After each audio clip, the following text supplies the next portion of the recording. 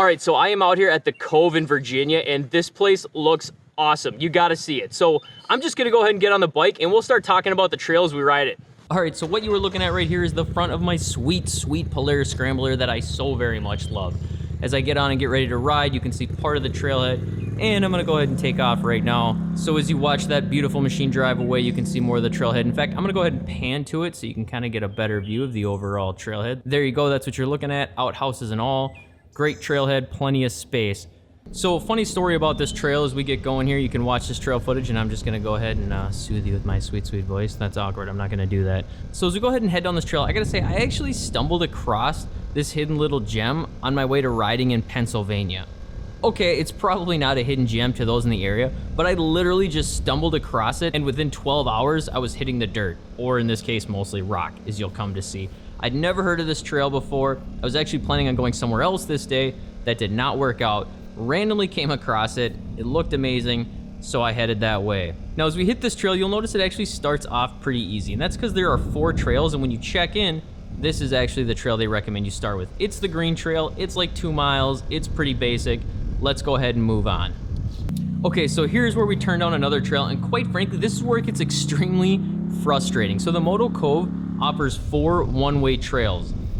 Sort of. They're supposed to be marked with corresponding colored arrows, none of which I saw when I was out on the trails. So when I got done, I went to the area, I checked in and talked to those guys, and apparently I started off on the wrong track by not going the right way from the start. Now, I will say, I like to think I'm generally good at reading a map, and I don't feel like it was just me, because as I was out there and around the trailhead especially, I ran into other people that were asking the same question I was. Where do you start? There's really not a lot of great labels as to going from the trailhead to the trails. So if you do go here, talk to them at the front and figure out exactly where you need to go from the trailhead.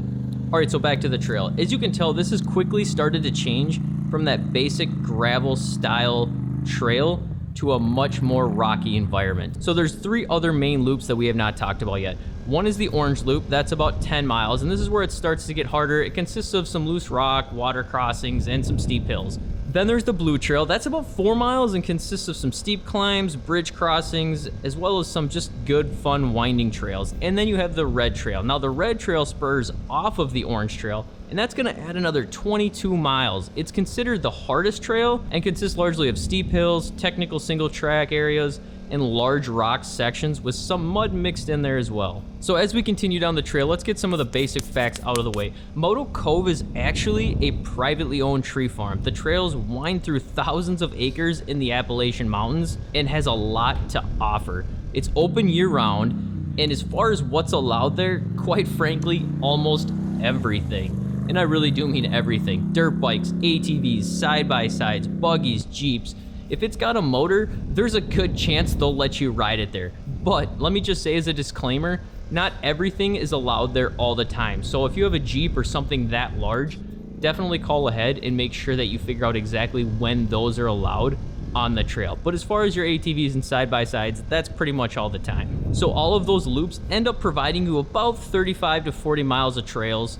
I realize it's not an exact science, but some of them cross over each other. So as far as a difficulty rating, we gave it a 4 out of 5. If you are new to riding, it's recommended you don't go to this trail quite yet. Get some time behind the bars and then come check it out. And the reason we gave it that difficulty rating is mostly because of the steep inclines and declines and the large rock formations that you have to navigate on and around. Speaking of rock formations, that's actually going to bring us to the trail environment. And as you can see, this is very rocky, and I do mean rocky. I think I spent more time riding on rocks than anything else.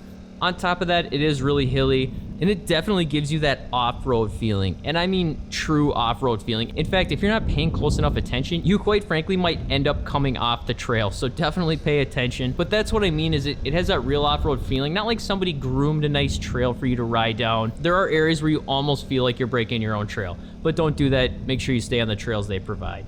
On top of all that, this offers everything from more narrow trail options to some more wider options, which is often where you'll find your Jeeps. But all that put together is why we gave this a trail environment rating of 5 out of 5. I mean, after all, you are riding in the Appalachian Mountains. All right, so let's start talking about amenities. Now, this place definitely comes loaded with amenities. You have campsites right on the property, but as a warning, if you want to go off-roading there on a holiday, make sure you call ahead because most holidays, they do not actually allow you to trailer your machine there and camp at the same time. And from my understanding, that has something to do with how much space trailers take up versus how much space they have. So just make sure you call ahead. Now, here's where I do have a problem though. It specifically states on their website, they have a rule against riding ATVs from the campsite to the trail. I mean, I don't even know what to say to that. If you're gonna camp there and you wanna ride there, what kind of crazy sense does it make to have to trailer your ATV from the campsite, which is on the same grounds, to the trailhead to ride? That's crazy. I don't know what that's about. I did see 1 or 2 people going from campsites to the trailhead. Maybe they just kind of look the other way. I don't know. If you're thinking about staying there, definitely something to talk to them about, but it does explicitly say that is not allowed. And here's the other thing I have an issue with. It's $20 per adult with a $35 minimum site fee to camp there. Plus you pay $30 per rider to hit the trails. So if you're taking your family there, you can imagine how quickly that all adds up. So again, if you're thinking about staying there, I'd give them a call and see if you can work out some sort of deal. Because if you have a family of 4, that's quickly adding up to be a lot of money just to set up a tent and ride around in the woods. Also, I should mention cabins are available for rent. So if you in fact do not want to camp, there's that option as well.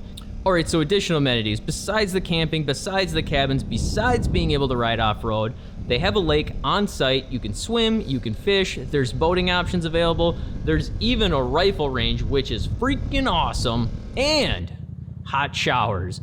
Hot showers are always a plus when you're gonna be riding off-road, especially if you ride like I do.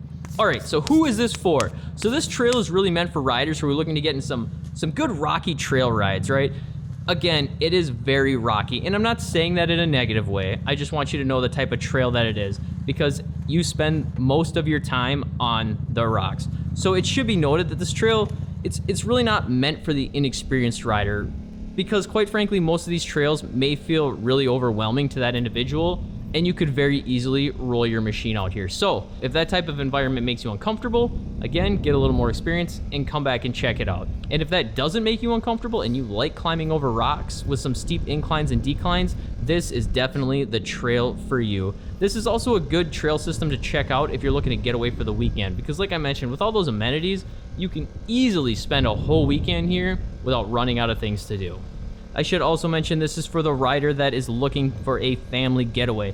Due to all the extra activity options available, even if you have family members that don't necessarily like to ride, but they like to hang out by the lake or just relax at the campsite, you can hopefully find something fun for your whole family to do while you're out hitting those trails. Or if you just like to ride for a while and relax, even better. And lastly, who is this trail for? It is for riding with friends. I say that specifically because, let's be honest, all trails are better with other people. However, for this trail discovery video, I ended up having to go alone, which was a mistake. And that's really not to take away from this trail at all. This is an awesome trail. It's just not one I would ever do again alone. But the trail is amazing. This is definitely a great trail. There's lots of room to get out and ride and test your abilities. And like I mentioned previously, you can spend a day out here or a weekend. There's lots to do. Enjoy nature, ride some trails. It's just a great area. So I do want to say as a disclaimer, I did not get out to all the trails here, okay? Now, there's lots of loops and different areas to ride. I got lost. I ended up on different areas that probably weren't even technically ATV trails. But my point is, I owe it to you and to the Cove to just say that I didn't get to it all. I did get to a good amount of it. I think enough to provide you a decent amount of information to decide that if this is actually a trail you want to go to or not. So do me a favor, leave a comment down below if 1, you've been to this trail and what your thoughts are on it. And 2, let me know if you like this type of trail discovery or if you prefer the standard trail reviews that we normally do. I would much appreciate it just because it helps me make sure that I'm providing you the most value and entertainment that I possibly can when you're looking to discover new trails. So thanks for watching, and I hope to see you on the trail.